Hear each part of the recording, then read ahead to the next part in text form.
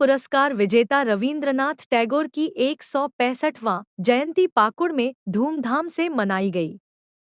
रविंद्र चौक पर स्थित रविंद्रनाथ टैगोर के आदमकद प्रतिमा पर बंगाली एसोसिएशन के निरंजन घोष, प्रवीर भट्टाचार्य, मुकुल भट्टाचार्य, सर्वेश्वर साधु, नगर परिषद अध्यक्षा साबरी पाल, सोमनाथ दास सहित दर्जनों सदस्यों एवं शहर के वार्ड पार्षद व गणमान्य लोगों ने उनके प्रतिमा पर माल्यार्पण कर नमन किया। रविंद्रनाथ टैगोर की जयंती उनके साहित्य, रविंद्र संगीत और शिक्षा में योगदान के लिए मनाया जाता है।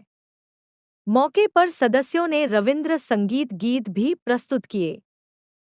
पूर्वांचल सूर्य की ओर से बलराम ठाकुर की रिपोर्ट, पाकुड़। তোমারে চলিব না সংসার কাজে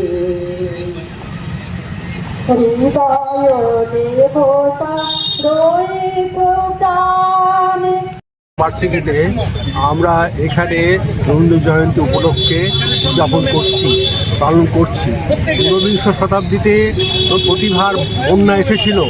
ভারতের এই রত্নগর্ভা এবং বীর প্রসবিনী ভারত মাতার যোগ্য সন্তান কবি গুরু রবীন্দ্রনাথের প্রতিভার কোনো তুলনা আমরা দেখতে পাই না, কোনো তুলনা নেই। তিনি অবিস্মরণীয়, অতুলনীয় এবং পৃথিবীর সর্বশ্রেষ্ঠ কবি।